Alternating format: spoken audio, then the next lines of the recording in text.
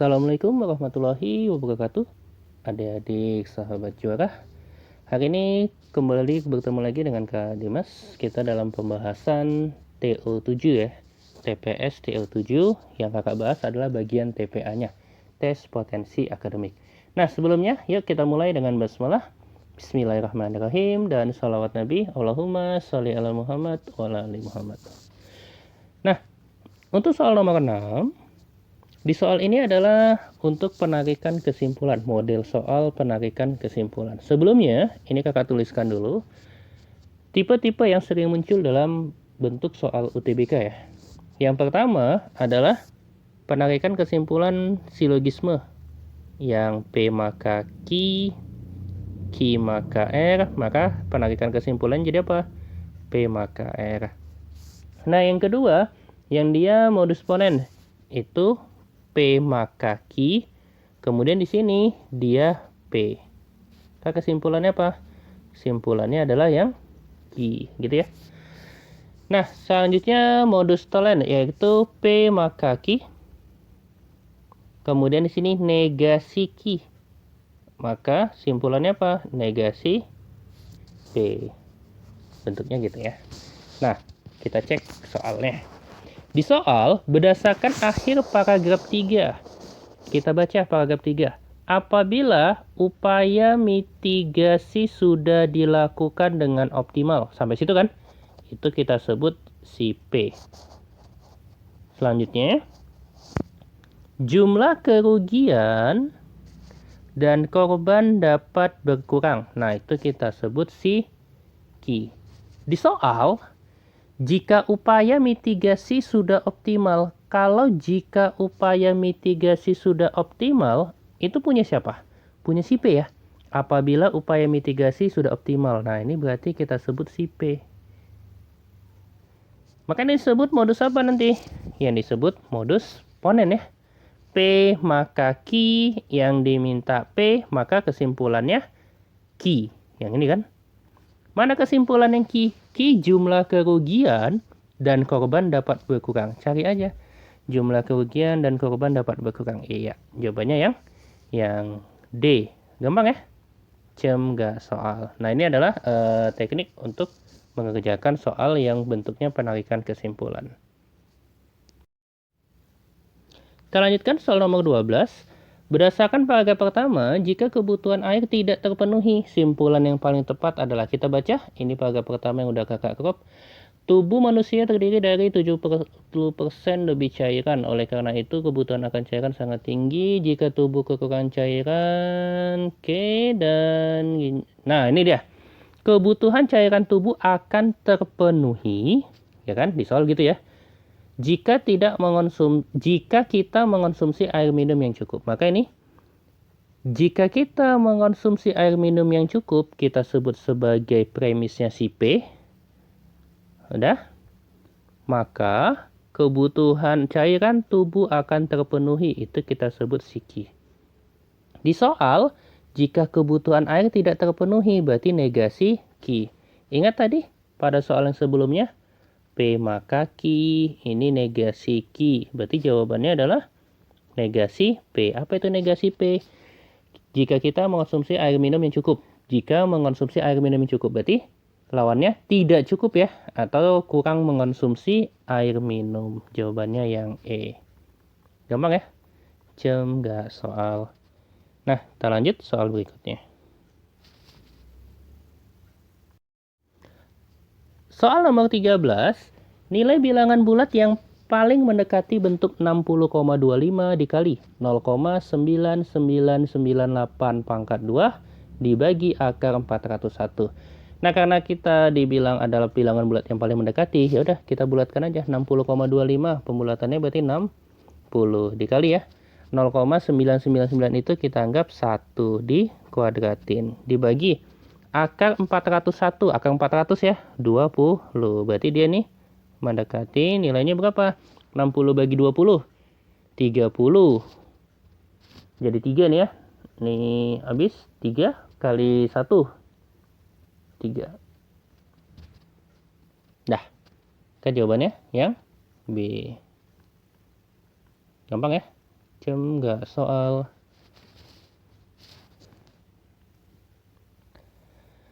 Oke, kita lanjutkan soal yang nomor 14. Kita lihat. Nah, nomor 14 ini udah materinya ke deret ya. 4, 3, 9, 9, 20, 27, 4, 3, 8, 1. Nah, kalau untuk soal deret ini kita uji coba yang pertama tanpa dikelang. 4 ke 3 kurang 1. 3 ke 9 bisa kali 3 bisa tambah 6 ya. 9 ke 9 itu berarti dia tambah 0 atau kali 1. Kemudian 9 ke 20 11 ya. Angkanya nggak bagus. Maka kita coba kita kelang. Kalau dikelang 4 ke 9 ini tambah 5 ya. 9 ke 20 tambah 11. 20 ke 43 tambah 23. 43 sini dia berapa? Kita cek. 5 ke 11 ini tambah berapa? 6 ya.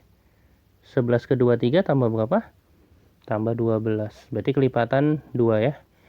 Ini 6 kali 2. Kelipatan 6. 6, 12. Maka ini kalikan 2. 24. 23 tambah 24 berapa? 47. Tambahin. 43 tambah 47. 90. Ada jawabannya 90? Iya. Cukup satu ya, yang A. Maka jawabannya di sini A. Jam nggak soal. Kak, buktiin dong untuk yang pola selanjutnya deretnya itu adalah 243. Oke. Kita cek. 3 ke 9 ini bisa tambah 6 bisa kali 3. 9 ke 27 kali 3 ya. Oke, berarti ini kali 3. Ini kali 3. Ini kali 3. 27 ke 81 kali 3. 81 kali 3 berapa? 243. Benar ya? Oke. Nah, soal nomor 15. Bilangan yang tepat untuk mengganti tanda tanya di atas adalah. Kalau ada soal yang bentuknya seperti ini, kita memang harus berpikir secara cepat apa sih hubungannya gitu ya. Ternyata untuk nomor 15 hubungannya seperti ini. Ketika 3 bilangan ini kita jumlahkan, yaitu ada 67 ditambah 34 ditambah 19, ternyata ini hasilnya 120. Begitu juga 80 tambah 28 tambah 12, ternyata nih hasilnya adalah 120. Nah, maka di sini tanda tanyanya itu berapa? Langsung aja ya, 120 kurang 74 kurang 25. Berapa hasilnya? Hasilnya adalah 21 ya. Ya, hasilnya 21. Pilihannya adalah yang D. Gampang ya? Jam nggak soal.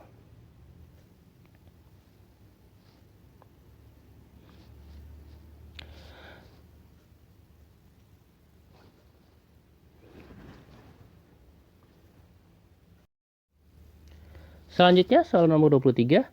Persamaan kata dari kata yang bergaris bawah pada teks di atas. Kata yang bergaris bawah di teks adalah beranggapan. Nah, beranggapan.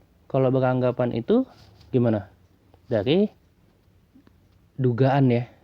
Itu beranggapan, dugaan. Kalau dugaan, mana yang lebih cocok? Asumsi. Jawabannya yang A ya. Jam nggak soal.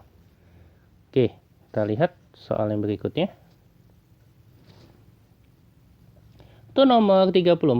Lawan kata dari kata efek pada teks di atas adalah.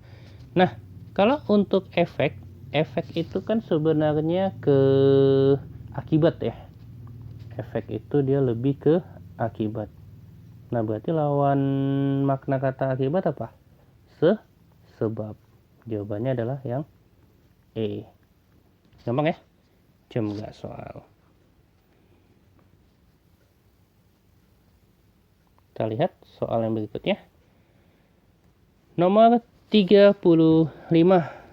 Hubungan kata mineral dan nutrisi bisa dianalogikan dengan kata mineral. Ini merupakan hubungannya dengan nutrisi. Ini materinya padanan kata ya. Padanan kata harus kita nyari kata hubung. Nah, apa yang bisa menganalogikannya? Mineral itu kan bagian dari nutrisi ya. Ya kan? Mineral merupakan bagian dari nutrisi. Berarti kata padanan katanya ini kita buat kata hubungnya bagian ya. Kalau bagian, mana dia? Rel, apakah bagian dari kereta? Bukan ya. Aftur, bagian dari pesawat. Ini bahan bakarnya. Bumi, bagian dari planet. Nah, ya, itu benar. C. Jadi, bumi itu dia termasuk ke dalam planet. Cem gak soal. Gampang ya?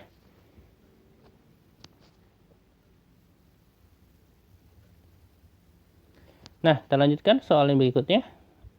Soal yang ini adalah persamaan kata dari kata ulah pada teks di atas adalah. Ini pasti udah tahu lah jawabannya apa ya. Ulah siapa? Kalau ulah berarti apa? Tindakan, sikap, perbuatan gitu ya. Tingkah laku. Nah, maka persamaan kata dari ulah itu ya pastinya tindakan. Jawabannya adalah yang B. Cem gak soal.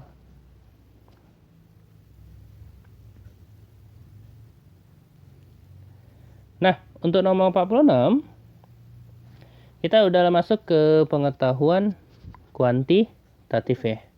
Nah, di soal ini, jika 2x tambah 3 sama dengan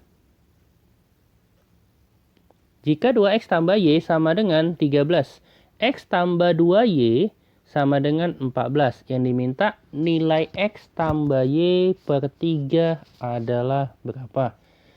Nah, tinggal kita buat bentuknya seperti ini. 2x tambah y sama dengan 13. X tambah 2y sama dengan 14. Ya kan? Nah, ini kalau kita jumlahin berapa? 3x tambah 3y sama dengan 27. Benar nggak? Benar ya? Nah, ini kalau sama-sama kita bagi 3, berarti jadi x tambah y sama dengan 27 bagi 3, 9. Diminta x tambah y bagi 3. Berarti kita bagi 3 lagi. 9 bagi 3 berapa? 3. Maka jawaban yang mana?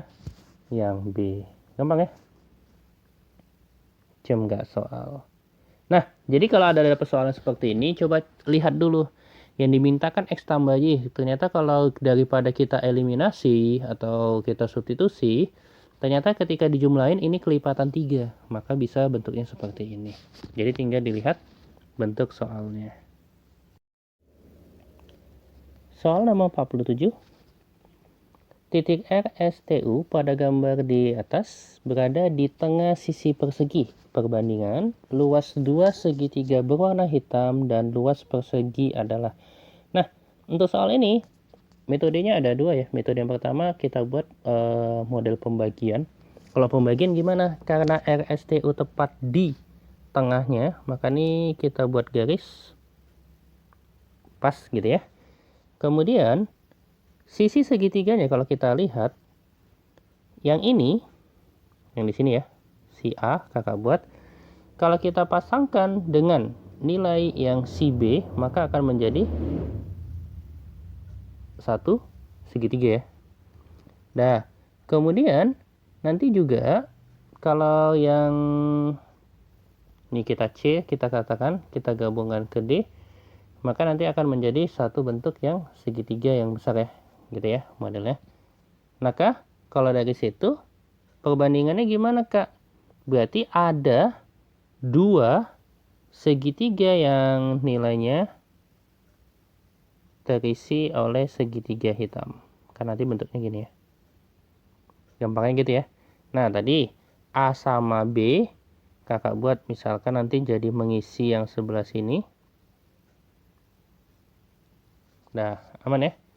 Kemudian D sama C nanti akan mengisi bagian yang atasnya ya.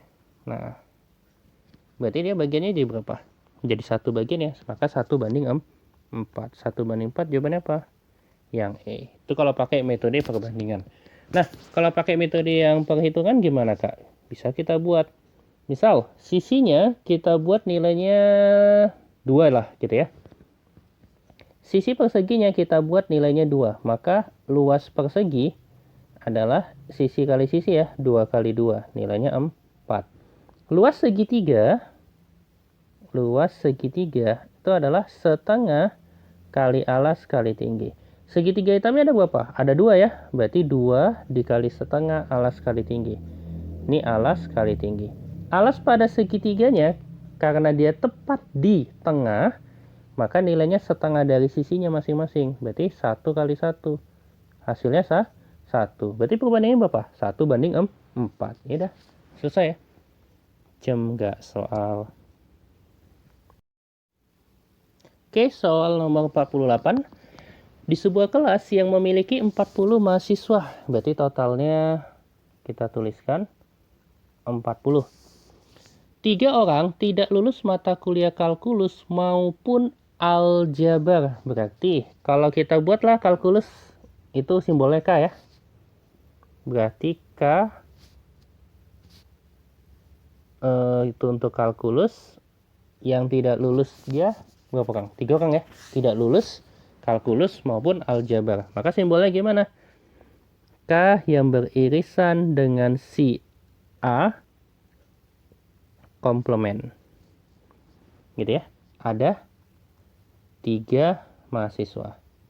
Nah, 5 orang lulus mata kuliah kalkulus dan aljabar. Berarti itu yang beririsan ya. Kalkulus dan aljabar yang lulus 5. Jika diketahui banyak mahasiswa yang lulus aljabar sama dengan 2 kali. Berarti yang lulus aljabar 2 kali kalkulus. Banyak mahasiswa yang hanya lulus kalkulus. Yang diminta hanya kalkulus aja. Ada berapa? Oke, apa persamaannya?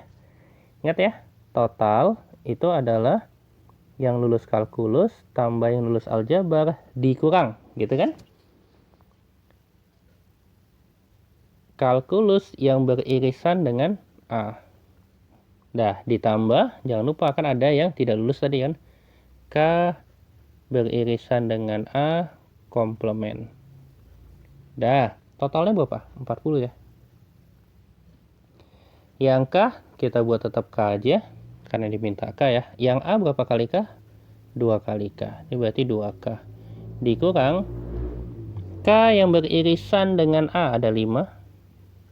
Gitu kan? Ditambah yang beririsan dengan A tapi yang komplement ya, berarti yang tidak itu ada 3. Maka dari sini min 5 tambah 3 berapa? Minus 2. Kita pindahkan ke kiri ya, berarti jadi positif. Maka 42. K tambah 2K 3K. Berarti hasil K-nya berapa? 42 kita bagi 3. 14. Nah, yang diminta hanya lulus K. Berarti yang hanya lulus kalkulus adalah 14 dikurang, ingat tadi yang beririsannya ada berapa? 5 ya. 14 kurang 5, 9. Maka jawabannya adalah yang A. Gitu ya. Jam nggak soal. Oke. Nah, Kak, boleh nggak tanpa menggunakan rumus yang ini? Ya, sebenarnya kalau udah hafal, nggak perlu dibuat tandanya. Tinggal dibuat aja. Caranya itu adalah yang diminta nilai siapa? Nilai si hanya kalkulus ya. Kita buat dari awalnya di sini K yang beririsan dengan 5 ya. Itu berarti menjadi modelnya gini. X dikurang 5 ditambah 5 tambah 2X dikurang 5 tambah 3 sama dengan 40. Nah, modelnya nanti kayak gitu. Nanti tinggal selesaikan nilai X nya 14, maka nanti 14 dikurang 5. Itu adalah hasilnya 9.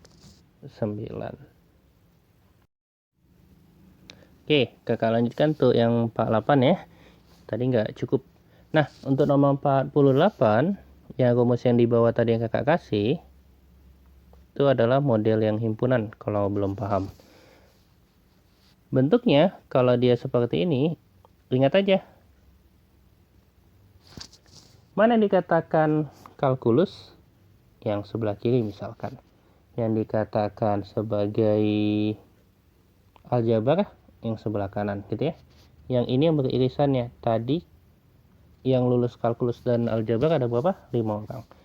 Maka untuk yang nilai di sini itu adalah X dikurang 5. Itu untuk mencari K-nya ya. Ini untuk mencari K-nya. Nah, kalau A-nya berapa kali? A-nya adalah 2 kali dari si K kan? Dikurang 5. Berarti ini 2X kurang 5. Paham ya? Nah, selanjutnya. Di sini, kalau kita buat yang 3 orang tidak lulus, berarti di luar. Dengan totalnya nanti 40. Kita masukin ya. Kan jumlahnya gimana? X kurang 5 ditambah 5 ditambah 2X kurang 5 ditambah 3 sama dengan 40. Nah, ini tadi yang kakak tuliskan di bawah ya. Nggak cukup, maka kakak tulis ulang. Dah, min 5 tambah 5, hasilnya adalah habis ya. Berarti X tambah 2X, ini 3X. Min 5 tambah 3 itu min 2. Pindahin. Berarti hasilnya berapa nih? 42. Maka X-nya 14. Karena diminta K-nya tadi yang hanya suka adalah X dikurang 5, berarti tinggal kita buat aja. X dikurang 5 itulah si K-nya. Yang hanya lulus K. Dah, berapa X-nya Kak? 14 kurang 5, hasilnya 9. Dah, gitu ya. Cara yang kakak maksud tadi.